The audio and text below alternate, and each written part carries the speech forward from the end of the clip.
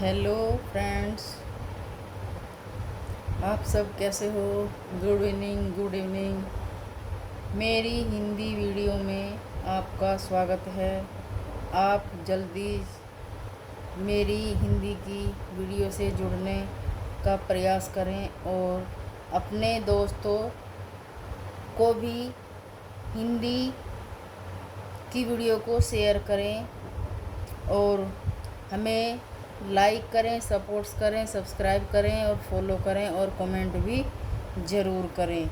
चलो आज का टॉपिक हम स्टार्ट करते हैं इन्हीं शब्दों के साथ।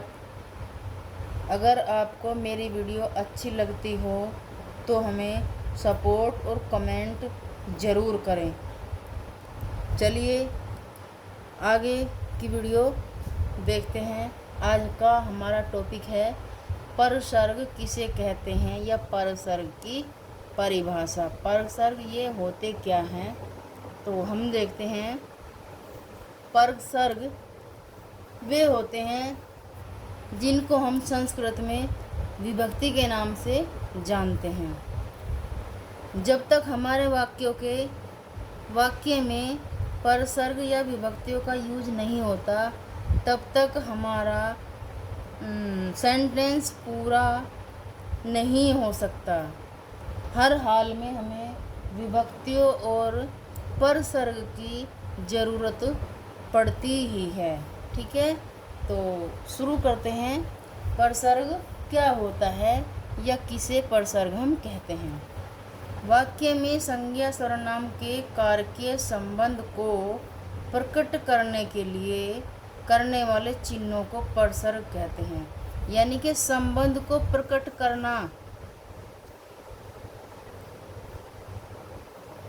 करना ही चिन्हों को परसर्ग कहते हैं। अच्छा, उसके बाद परसर्ग उन्हें कहते हैं जो शब्दों के साथ जुड़कर अर्थपूर्ण वाक्य बनाते हैं। यानी कि शब्दों के साथ जुड़कर, जैसे कुछ टूटे हुए शब्द होते हैं जिनको जोड़ने के लिए उसके साथ, मेरे साथ, राम ने उसको कहा, इस तरह के परसर्ग को लगाने के बाद अर्थपूर्ण वाक्य बनाते हैं। उदाहरण देखते हैं, जैसे राम की पत्नी। अगर हम इसको लिख देते कि राम पत्नी तो इसका कहीं कोई अर्थ था नहीं। तो इसलिए हमने इस परसर्ग को बीच में लेकर, सब सेंटेंस के बीच में लेकर एक दूसरे सेंटेंस को दूसरे से जोड़ दिया। यानी कि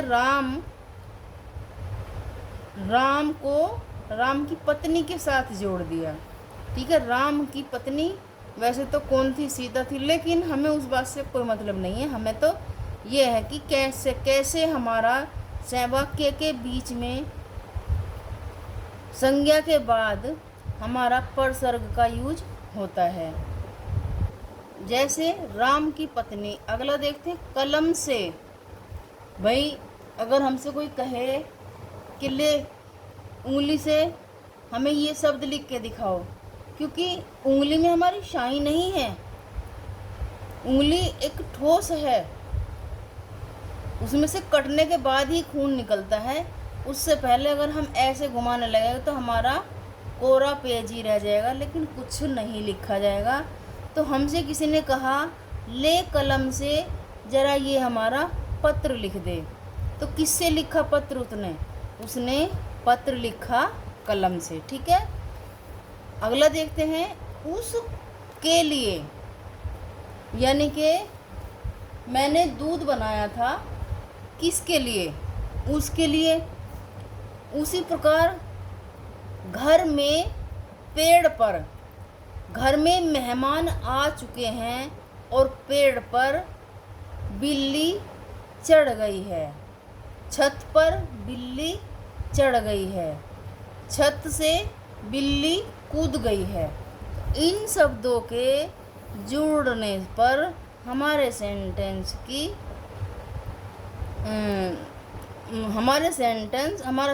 पूरा हो जाता है। इन सब परसर्गों को जोड़ने के बाद हमारा सेंटेंस अर्थपूर्ण वाक्य बन जाते हैं हमारे सेंटेंस के। ठीक है, आगे देखते हैं हम। नोट्स में लिखा है कुछ, जो सुख में साथ रहे, इन कारकों को बीच में लिखा यूज किया गया है। कैसे कैसे यूज किया है वो हमें इस नोट्स में देखना है। जो सुख में साथ रहे और दुख में आंसू पोंछे, और दुख में आंसू पोंछे, सत्य के मार्ग से भटकने पर हाथ बढ़ाकर रोक ले और अच्छे कार्यों में बढ़ावा दे, वही सच्चा मित्र होता है। यह नोट हमें विशेषतः ये समझाने के लिए लिखा गया है, आप सबको यह समझाने के लिए लिखा गया है कि जिससे कि बच्चे को अच्छी तरह से समझ में आ जाए, आप लोग कंफ्यूज ना हो। कोई ट्रिक भी होती है तो वो ट्रिक, ये ट्रिक होती है, इस श्लोक को, इन चंद पंक्तियों को लर्न करने से आप सब इन कारकों का यूज करना अच्छे से सीख जाओगे। ठीक है, एक बार और हम करते हैं। जो सुख में साथ रहे और दुख में आंसू पोंछे, सत्य के मार्ग से, यहाँ हमारा सच्चाई का रास्ता बता दिया है। सच्चाई के मार्ग से, यहाँ से हमारा अधिकरण हो, वो करण हो गया है। भटकने पर हाथ बढ़ाकर रोक ले और अच्छे कार्य में बढ़ावा दे, वही सच्चा मित्र होता है। ठीक है, और जैसे ऊपर दिए गए वाक्यों को छांटकर प्रश्नोत्तरी। अब इससे आगे हम कुछ प्रश्न और आंसर हम आपके सामने लेकर आए हैं, जो आपको इस प्रकार से क्वेश्चन आपकी परीक्षा में देखने के लिए मिलते हैं।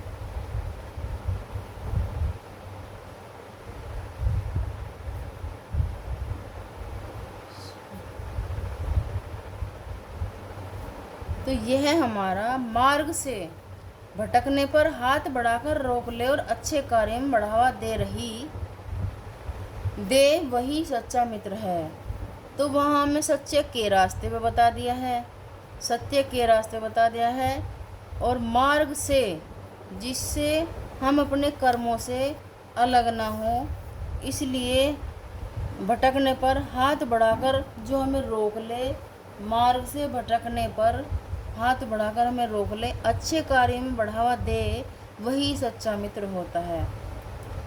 चलो ठीक है, इन सब को समझने के बाद अब हम कुछ कारक व परसर्ग से मिलाकर प्रश्न उत्तर करेंगे। जैसे पहला क्वेश्चन हो जाएगा हमारा, वह अगले साल आएगा, इस वाक्य में कौन सा कारक होगा। देखिए, वह, अगर हम इसको बनाते कि वह इसी साल आएगा, लेकिन जब वह इस साल में नहीं आ रहा है तो वह अगले साल आ रहा है, तो इस साल को छोड़कर अगला साल हमारा अलगाव कारक का प्रदर्शन करता है, तो इसलिए इसमें अधिकरण कारक होता है, अधिकरण कारक होगा, इसलिए हमारा अधिकरण कारक ये हो जाएगा। अधिकरण में पेपर, अगली साल में, यानी कि वह अगली साल में आएगा। इस साल अगर नहीं आएगा वो, और अगर अगले साल आएगा, अगले साल में आएगा, वह अगले साल में आएगा, तो इसका आंसर हमारा अधिकरण कारक हो जाएगा, अगले साल। अगला क्वेश्चन देखते हैं, बस से बच्चे पाठशाला जाते हैं, इस वाक्य में कौन सा कारक होगा। बस से, जब से हमारा करण कारक के द्वारा, करण कारक में हमारा साधन के रूप में प्रयोग होता है, तो जहाँ हमारा से होगा तो वहाँ साधन के द्वारा हो जाएगा। तो बस से बच्चे पाठशाला जाते हैं, तो इस वाक्य में हमारा कर्ण कारक हो जाएगा।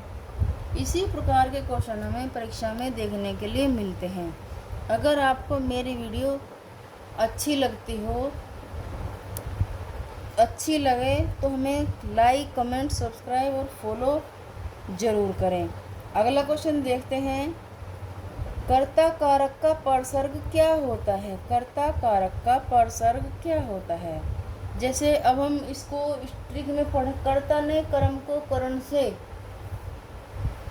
ठीक है, तो कर्ता का हमारा ने हो जाएगा। ने आंसर, ने परसर्ग, कर्ता कारक का परसर्ग ने होता है। ठीक है, आगे देखते हैं। अगला क्वेश्चन होगा हमारा, कर्ता कारक वाला वाक्य कौन है? कर्ता कारक वाला वाक्य है कि मोहन को जाना है। भाई किसको जाना है? तो मोहन हमारा कर्ता हो गया, तो मोहन ही जाएगा। अगला क्वेश्चन देखते हैं, इसका आंसर यह सही है।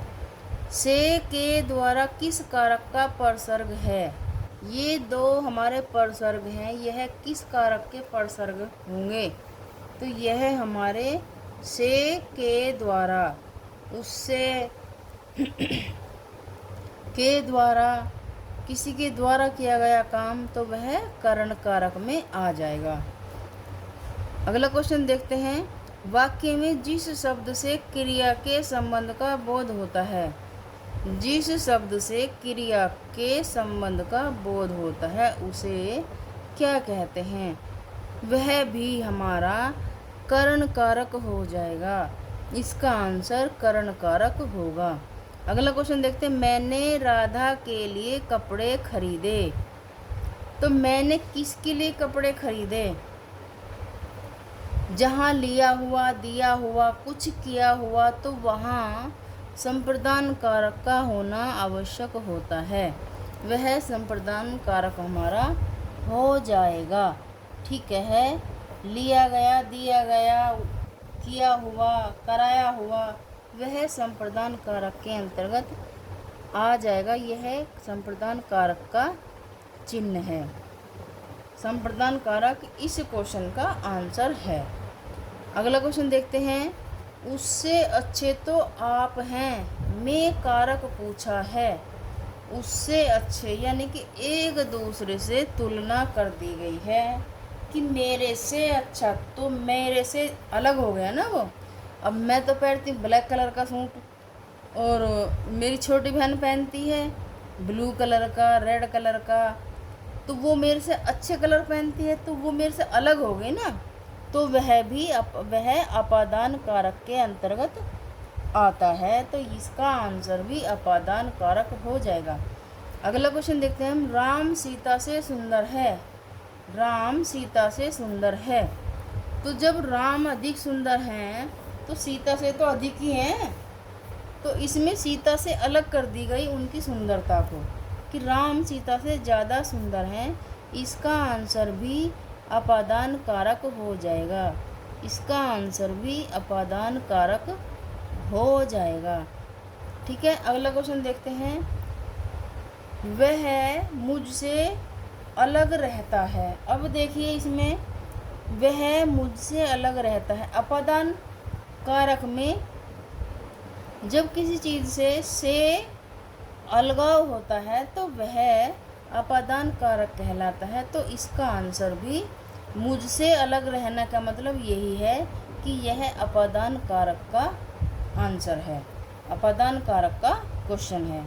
अब देखिए यही क्वेश्चन से अलगाव, इसको हम अलगाव भी कह सकते हैं, और छत से, पेड़ से, घर से, मेज से, इन सब से अगर ये शब्द आए अलगाव से, जैसे छत से, घर से, तुम्हारे जंगल से, इस तरह के शब्दों में अलगाव यूज होता है, अलगाव कारक विभक्ति का यूज होता है, तो वहाँ अपादान कारक हो जाएगा। ये से किस अभिव्यक्ति का बोधक चिन्ह है? क्वेश्चन को पढ़ने की कोशिश करेंगे।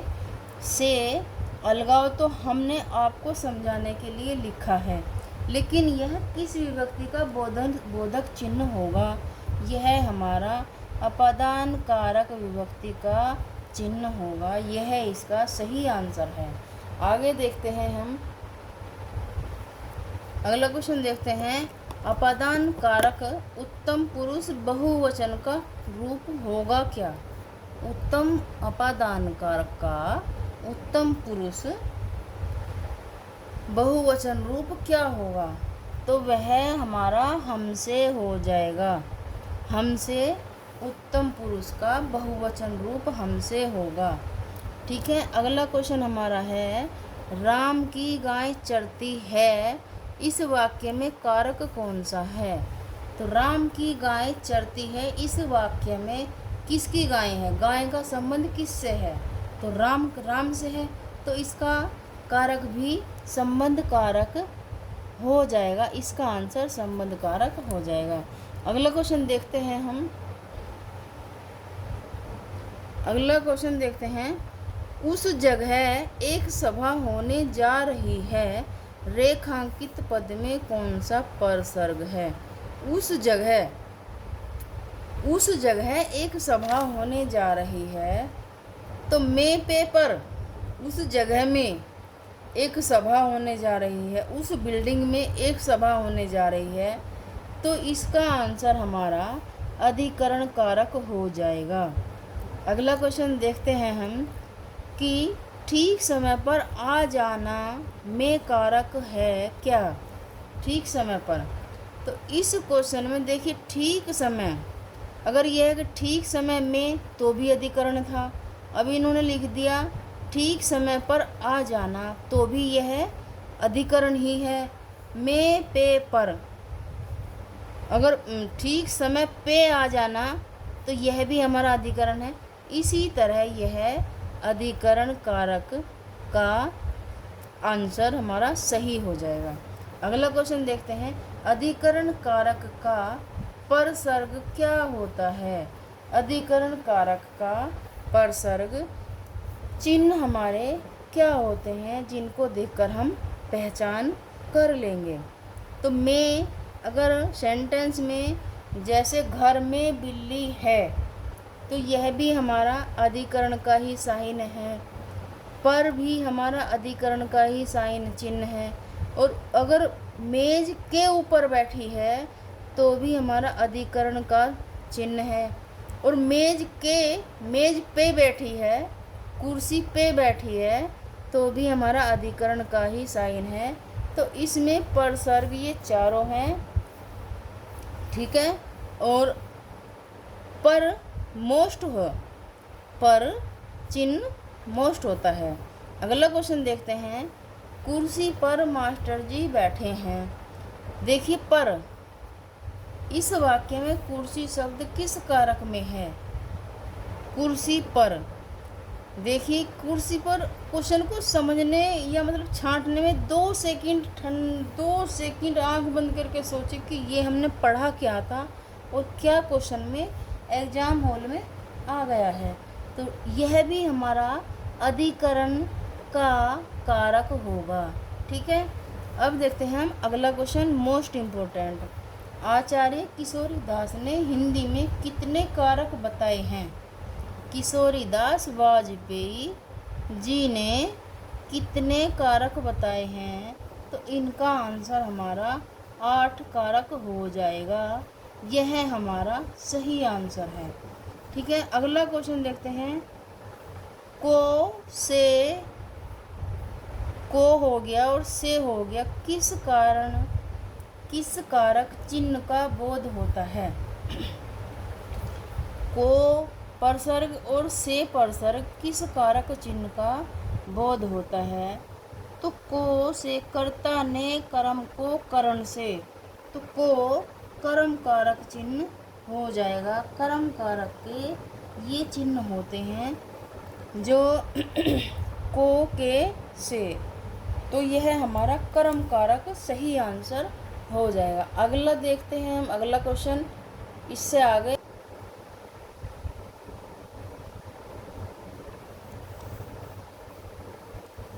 सेवा सत्कार से आदर बढ़ता है। सेवा सत्कार से आदर बढ़ता है। इस वाक्य में कारक है क्या?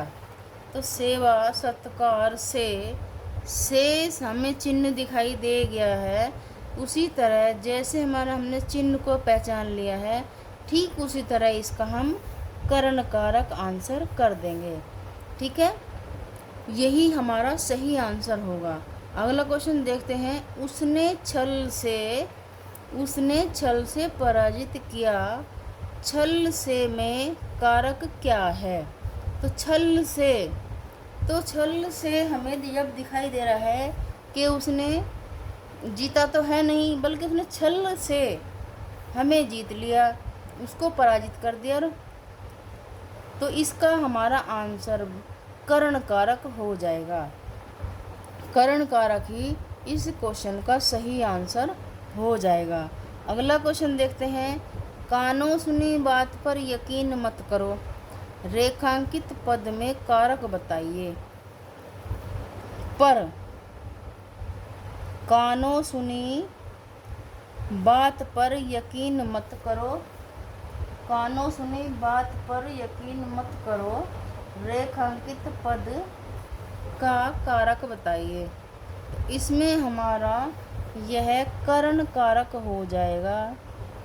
करण कारक हमारा इसका सही आंसर हो जाएगा। करण कारक इसका हमारा सही आंसर हो जाएगा। अगला क्वेश्चन देखते हैं। हरि मोहन अपनी बहन को पुस्तक देता है। यह हमने आपको बताया है कि जब कुछ सामान लिया जाए, कुछ दिया जाए, कुछ किसी को दिया जाए, कुछ किसी से किया जाए, तो कपड़ा दिया जाए, किताब दी जाए, पानी दिया जाए, तो उसको हम क्या कहते हैं? उसको हम संप्रदान कारक कहते हैं। यही इस क्वेश्चन का सही आंसर होगा। अब देखते हैं अगला क्वेश्चन हमारा कौन सा होता है। मेरे घर से आपका घर 5 किलोमीटर दूर है। इस वाक्य में घर से में कौन कारक है? यानी कि घर से में कौन कारक है? घर से ये हमारे परसर्ग लगे हुए हैं, तो इनको पहचान कर हमें यह लगेगा कि घर से, मेरे घर से तो अलग ही है, तो जहाँ अलगाव पैदा हो वहाँ हमारा अपादान कारक अवश्य ही हो जाएगा। तो इसलिए इस क्वेश्चन का आंसर भी हमारा अपादान कारक ही होगा और सही आंसर अपादान कारक ही है। इसके साथ ही मैं आज की वीडियो यहीं पर समाप्त करती हूँ। अगर आपको मेरी वीडियो अच्छी लगती हो तो मुझे सपोर्ट करें, सब्सक्राइब करें, कमेंट करें, फॉलो करें और ज़्यादा से ज़्यादा शेयर करें। Thank you.